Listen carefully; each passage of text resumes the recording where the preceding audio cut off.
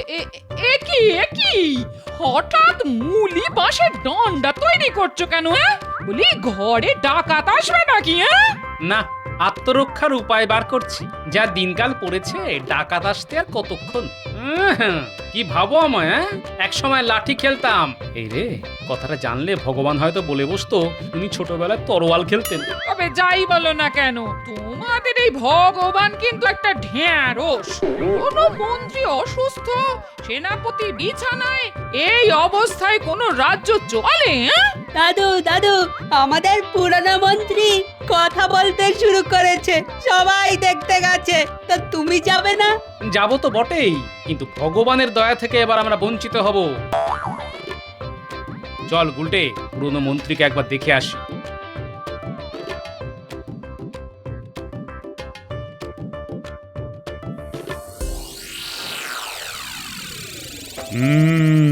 এর চাইতে ভালো খবর আর কি হতে পারে মন্ত্রী? তুমি ফিরে আসবে, তার চাইতে ভালো খবর আর কি হতে পারে? সবই ভগবানের দয়া মহারাজ। ওই নামটা আর উচ্চারণ করুন। আমি আর কি বলবো? তোমার সুস্থ হওয়া উপলক্ষে আমি কাল একটা ভোজ সভার আয়োজন করছি, আর সেটা হবে তোমার বাড়িতে। রাজসভার সবাইকে কিন্তু উপস্থিত থাকতে জানিয়ে দিতে হবে। হ্যাঁ, মন্ত্রীর ফিরে আসাটা আমাদের কাছে খুবই আনন্দের বিষয়। কাল জমিয়ে খাবো। তোমার খাওয়া মানে তো একটা ভোজ সভার সব খাওয়া খেয়ে ফেলা, তবে সেটা করতে যেও না। মহারাজ, খাওয়া নিয়ে দয়া করে আমায় খোঁটা দেবেন না। এই গুণটা আমি অনেক চেষ্টা করে অর্জন করেছি। আমার তো ওই গুণের মধ্যে দুই, খাই আর শুই। এবার আমাদের কি হবে? না খেতে পেয়ে মরবো তো। আরে বাবা, চিন্তা করিস না। আরে বাবা, আমি তো আছি নাকি রে? আপনি তো এখনো কয়েকদিন আছেন, তাই তো? থাকবো না মানে কে তাড়াবে আমাকে? কিন্তু গোপাল তো আপনাকে ছেড়ে দেবে না। হয়তো কালই মহারাজকে বলে আপনাকে তাড়িয়ে দেবে। তখন যা যা, গোপালের কত এলেম তা জানা আছে আমার। গোপাল যদি মহারাজকে ফুসলায় তবে গোপালকে আমি দেখে নেব। এই শোনো, তোমার এই বড় বড় বাকি না আমি বিয়ের পর থেকেই শুনে আসছি। এতদিন মন্ত্রিত্ব করেও আমায় একটা সীতাহার দিতে পারলে না। আগেই বলেছিলাম গুছিয়ে নাও, গুছিয়ে নাও। এবার বেকার স্বামী নিয়ে আমি বাপের বাড়িতে মুখ দেখাবো কি করে? তার আর কি, এবার আমার বাপের ওপর বসে খাবে, লজ্জাও করে না। লজ্জা আমি পাবো কেন? তোমার বাবা যেভাবে আমার পিছনে পড়ে রইলো তা দেখে আমার কষ্ট হলো। সত্যি তো, আমি বিয়ে না করলে মেয়েটার তো আর বিয়েই হবে না। এই এই মিথ্যে কথা বলো না, জিভে পোকা পড়বে। আমার বাবাকে কে কে বলেছিল বাড়িতে সোনা মোহরের ছড়াছড়ি, আপনার মেয়ের কোনো কষ্ট হবে না। সেরকমই ছিল। বিয়ের পর সব বুদ্ধি ঘেঁটে গেছে। তবে মন্ত্রী থাকি বা না থাকি, তোমায় সোনার বাজু আমি গড়িয়ে দেবই। কোথা থেকে শুনি? তুমি কি জাদু জানো নাকি? রাজবাড়ি লুট করবো। সেনাপতি এখন নেই, এটাই সুযোগ। এতেও তোমার শিক্ষা হয়নি। এবার কি শুলে চড়ার শখ হয়েছে? শুলের ভয় আমায় দেখিও না।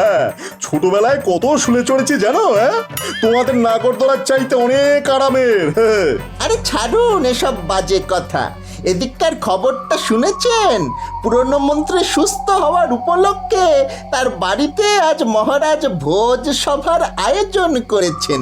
ইলাহি ব্যাপার, রাজবাড়ির সবাই যাচ্ছে, এমনকি পাইক বরকন্দাজ। বাড়ি একেবারে ফাঁকা। বলিস কি রে? তবে শেষ কামড়টা দিয়ে আসি বল। পুরো বাড়ি একেবারে ফাঁকা করে দেব, তারপরে জঙ্গলে পগার পার। কি বলিস? হ্যাঁ গো, রানীর ঘর থেকে আমার জন্য হীরের গোটা 10 মালা নিয়ে এসো তো।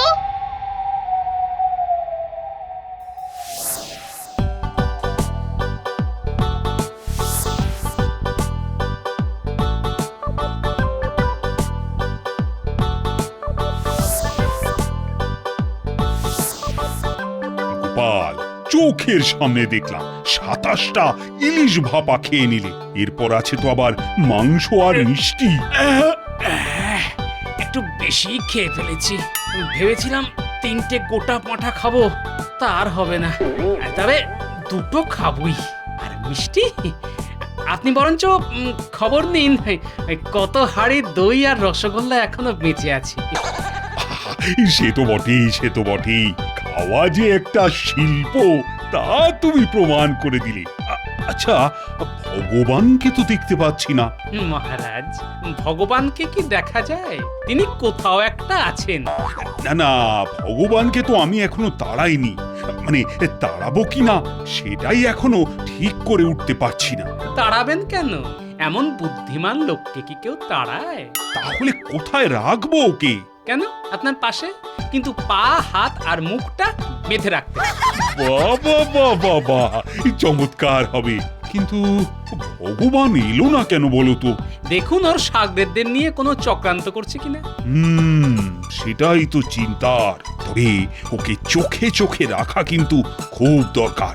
এই সর্বনাশ, আমার তো পেয়ে গেছে। হ্যাঁ, পেয়ে গেছে? তখন থেকে বলছি এত কেউ না, কেউ না। এবার কি হবে? রাজবাড়িতেই যেতে হবে। আমার বাড়ি অনেকটাই দূর। তাড়াতাড়ি মহারাজ, নইলে আমার একেবারে কাপড়ে চোপড়ে হয়ে যাবে। না, তোমাকে নিয়ে আর পারা গেল না।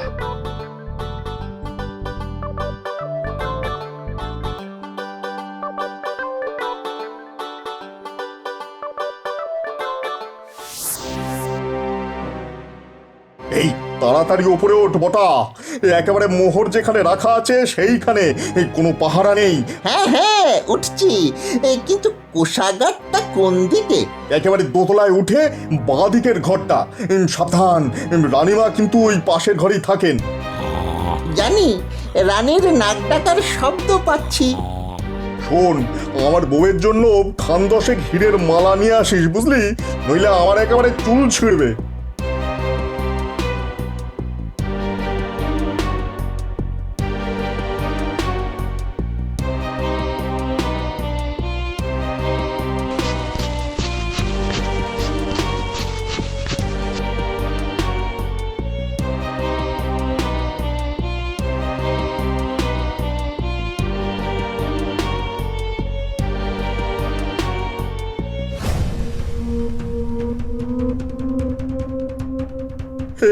সর্বনাশ হয়ে গেছে রে বটা, মহারাজ আর গোপাল এইদিকেই আসছেন।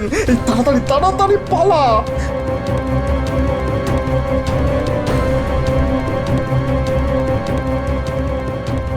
আমরা ঠিক পালিয়ে যাব, আপনি আগে পালান। কি করে পালাবো রে? এই চারিদিকে তো দেওয়াল। দেওয়াল টপকেই পালাতে হবে, আর কোনো রাস্তা নেই। আরে দেওয়ালে চড়বো কি করে? যেভাবেই হোক পারতে হবে, নইলে শুলে চড়তে হবে। হ্যাঁ,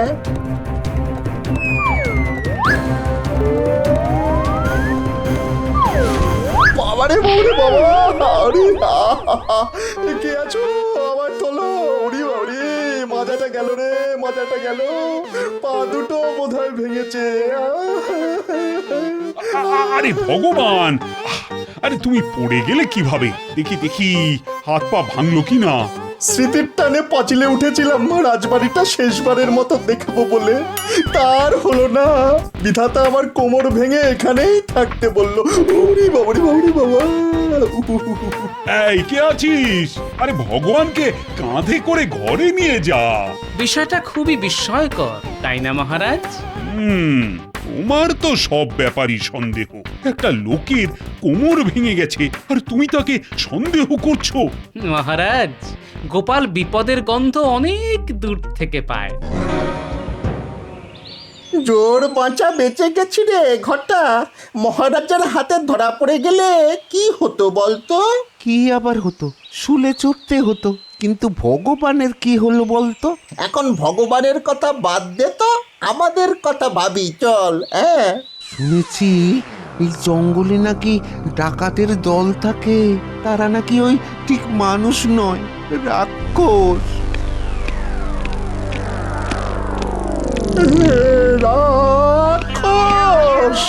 ঘটা, এবার কি করি রে? রাক্ষস প্রভু, আমাদের প্রাণে মারবেন না। আগে বল, তোরা কে? এই জঙ্গলে কি করতে এসেছিস? পালিয়ে প্রভু। কেন, তুই কি চোর না ডাকাত? আগে ডাকাত হওয়ার সাধ্য নেই, তাই ওই চুরি চামারি করে খাই। শোন, আমরা মাদারিকা, নাম শুনেছিস? আমরা ভোজবাজি দেখিয়ে গ্রামে গ্রামে ডাকাতি করি। আমাদের কোনো অস্ত্র লাগে না।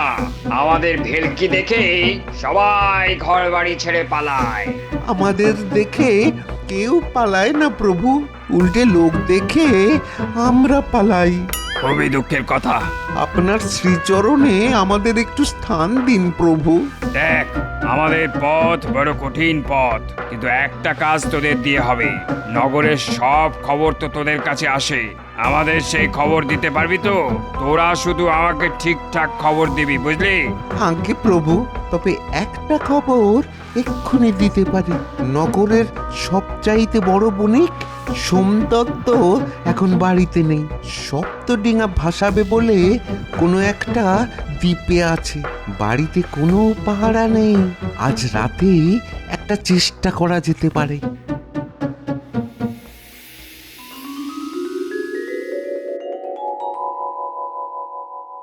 মহারাজ, আজ কতদিন পর রাজসভায় আসতে পেরে কি যে আনন্দ হচ্ছে তা কি করে বোঝাবো। এত সুসংবাদের মধ্যেও একটা দুঃসংবাদ আছে। কাল সোমদত্তের বাড়িতে একটা অদ্ভুত ডাকাতি হয়েছে মহারাজ। হ্যাঁ, সোমদত্তের বাড়িতে ডাকাতি হয়েছে? অদ্ভুত ডাকাতি। যারা ডাকাতি করতে এসেছিল তারা নাকি একতলা বাড়ির মতো লম্বা, তাদের মুখ দিয়ে নাকি আগুন বার হচ্ছিল। যারা দেখেছে তারা বলছে ওরা নাকি রাক্ষস, জঙ্গলে থাকে, ওরা নাকি মানুষ চিবিয়ে খায়। আমিও ওদের কথা শুনেছি। ওদের আটকানো খুব শক্ত। এখন কি যে করি? তবে একটা যজ্ঞ করলে মনে হয় রাক্ষসরা আর ভয়ে আসবে না। ঠিক কথা বলেছে আমাদের মন্ত্রী মশাই। বড় করে একটা যজ্ঞ করতে হবে। মন্ত্র শক্তিকে ওরা খুব ভয় পায়। মন্ত্রটা আমি জানি, ওং রিং রাক্ষসায় নমঃ। এটা 3 বার বললেই রাক্ষস ইঁদুর হয়ে পালাবে। মহারাজ, রাক্ষসরা সোনা দানা হিরে মণি মাণিক্য নিয়ে কি করবে? নিশ্চয়ই বাজারে আলু পটল কিনতে যাবে না। আর ওরা যদি মানুষকেই চিবিয়ে খায় তবে মোহর দিয়ে কি হবে ওদের? আর পণ্ডিত, কোন পুঁথিতেই মন্ত্র পেয়েছো তুমি বলো তো? কেন, রাক্ষস পুরাণ? গোপাল, তোমার এত জেনে কি কাজ বলো তো? গোপাল, এই ব্যাপারটা আমাদের সামলাতে দাও না। কতদিন সমস্যার সমাধান করতে পারিনি। দেখুন রাক্ষস ধরতে পারেন কিনা, তবে দেখবেন আপনাকেই না ওরা চিবিয়ে খেয়ে ফেলে। আচ্ছা, আপনি বিশ্বাস করেন যে সোমদত্তের বাড়িতে রাক্ষসরা হানা দিয়েছে? বিজ্ঞান রাক্ষস খক্ষস বলে কারো অস্তিত্ব স্বীকার করে না। ওরা মানুষ, রাক্ষস সেজে এসেছে। আমি নিশ্চিত। কিন্তু ওরা মুখ দিয়ে আগুন বার করছে কি করে? মুখ দিয়ে বোধহয় নয়, ওদের কাছে নিশ্চয় আগুন ছিল। হ্যাঁ, মুখ দিয়ে দাহ্য পদার্থ কোহল ওই আগুনের দিকে ছুড়ে দিলে আগুন দাও দাও করে জ্বলে উঠবে। লোকে সেটা দেখে ভাবে যে মুখ দিয়ে আগুন বার হচ্ছে। কিন্তু তারা এত লম্বা হলো কি করে? দেখো গোপাল, লম্বা হওয়াটা কোনো ব্যাপার নয়। নকল পা লাগিয়ে মানুষ তাল গাছের মতো লম্বা হতে পারে। আমি আপনার কথা বুঝেছি। আচ্ছা, আপনার বিজ্ঞান চর্চায় তো কোহল লাগে। রাজবৈদ্য যাকে সুরাসার বলে, সেই কোহল আপনি যতটা পারেন জোগাড় করে রাখুন, খুব শিগগিরই কাজে লাগবে।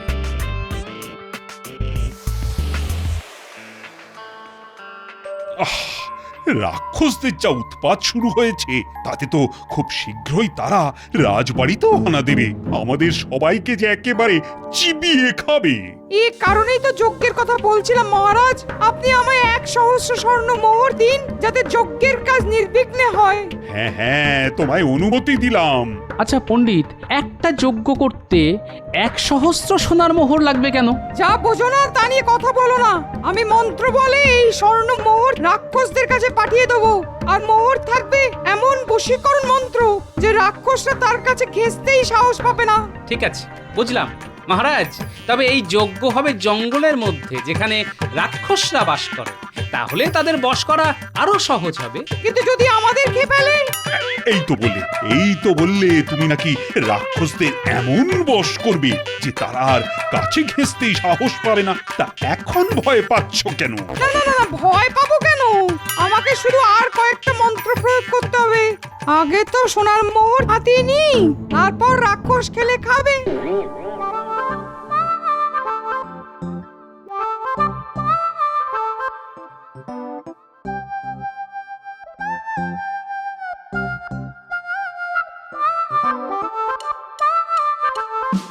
ভালোই তো দাম আনলে, 1,000 স্বর্ণ মুদ্রা।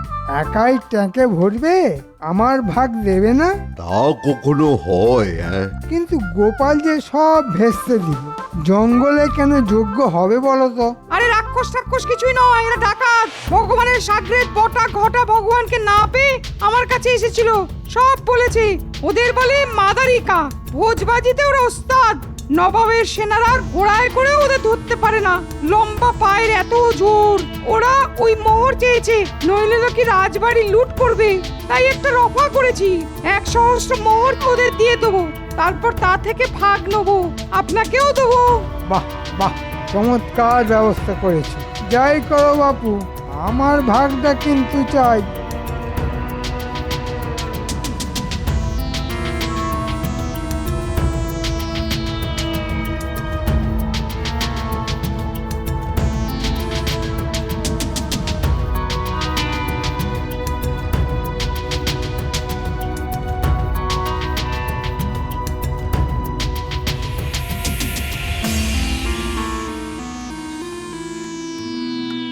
শোনো পুটির বাবা, ওই যে মুলি বাঁশের ডান্ডাগুলি দেখছো, সেগুলি নিয়ে তোমরা যজ্ঞস্থানের থেকে একটু দূরে লুকিয়ে থাকবে। ডাকাতদের দল আমাদের ঘিরে ফেললেই ওদের পা লক্ষ্য করে ডান্ডাগুলি ছুড়বে জোরে। ওরা উল্টে পড়লেই পটাপট ওদের মাটিতে চেপে ধরতে হবে। আমাকে কি করতে হবে গোপাল? ধুতির খোঁটায় কোহলের শিশি লুকিয়ে রাখতে হবে। ডাকাতরা আসলেই মুখে কোহল নিয়ে আগুনের চেলা কাঠে কোহল ছুঁড়ে দিতে হবে। পারবে তো? আরে পারবো না মানে? রাক্ষস বা ডাকাত যেই হোক না কেন, আগুনকে ভয় পায় না এমন কেউ নেই। হ্যাঁ,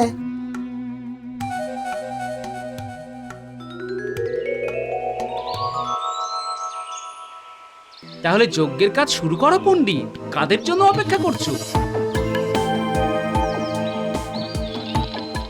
নজর রাখ গুলটে, লম্বা ডাকাতদের দেখতে পেলেই ডান্ডা ছুঁড়ে মারবি, টিপ করবি একেবারে পায়, দেখবি কি মজা হয়।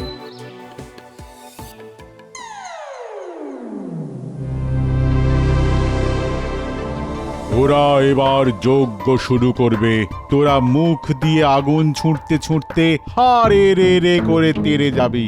বটা আর ঘটা এই হট্টগোলের মধ্যে পণ্ডিতের কাছ থেকে সোনার মোহর নিয়ে আসবে, বুঝেছিস?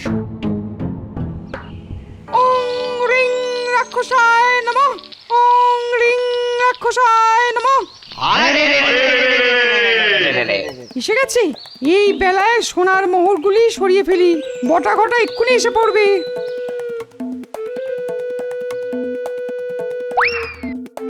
বিজ্ঞানী, তাড়াতাড়ি মুখে কোহল নাও, সামনের জ্বলন্ত চেলা কাঠে মুখ থেকে কোহল ছুঁড়ে মারো।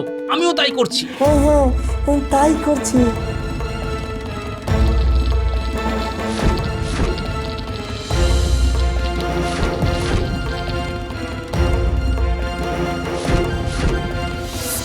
কি রে, আমাদের দিকে আগুন ছুটছে কে রে? জোরে মার গুলটে, একেবারে পায়ে টিপ করে।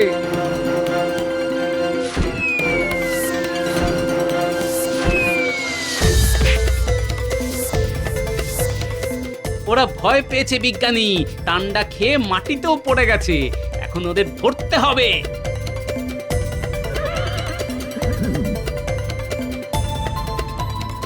পণ্ডিতকে পাচ্ছি না। 1,000 সোনার মোহর নিয়ে পালালো নাকি? বটা আর ঘটার সঙ্গে পণ্ডিতকে দেখছি ওই গাছের তলায় লুকিয়ে আছে। ওই পালের গোদাটাকে ধরে আনো। বেটা 1,000 সোনার মোহর কোথায় রেখেছে তা তো দেখতে হবে।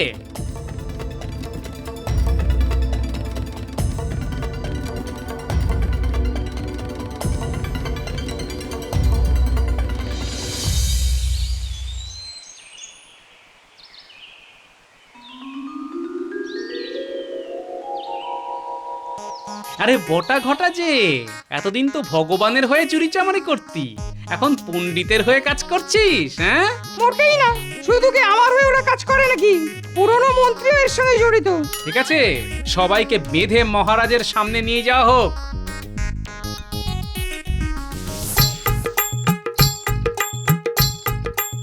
এই হলো ব্যাপার মহারাজ।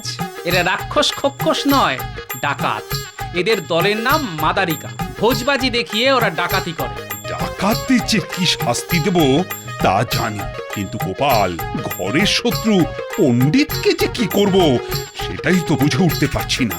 আমার মনে হয় ওদের উপযুক্ত শাস্তি হবে লম্বা বাঁশের ডগায় বেঁধে রাজবাড়ির সামনে দাঁড় করিয়ে রাখা। মহারাজ, আমাকে একা শাস্তি দিলে অন্যায় করা হবে। আমাদের পুরনো মন্ত্রী আমার কাছ থেকে সোনার ভাগ চেয়েছিল। ফিরে আসতে না আসতেই অপরাধ করা শুরু করেছ। তুমি তো ভগবানের চাইতেও বড় শয়তান।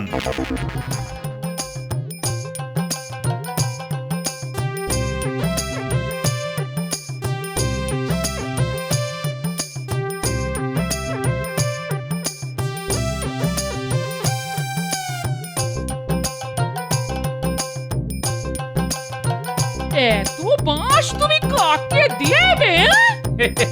এইমাত্র দিয়ে আসলাম। মহারাজ যা পুরস্কার দিয়েছে তা দিয়ে বাঁশই কিনে আনলাম। জানি না কখন কি কাজে লাগবে। ও, এই যে হেয়ালি করে কথা বলো, বুঝি না বাবা।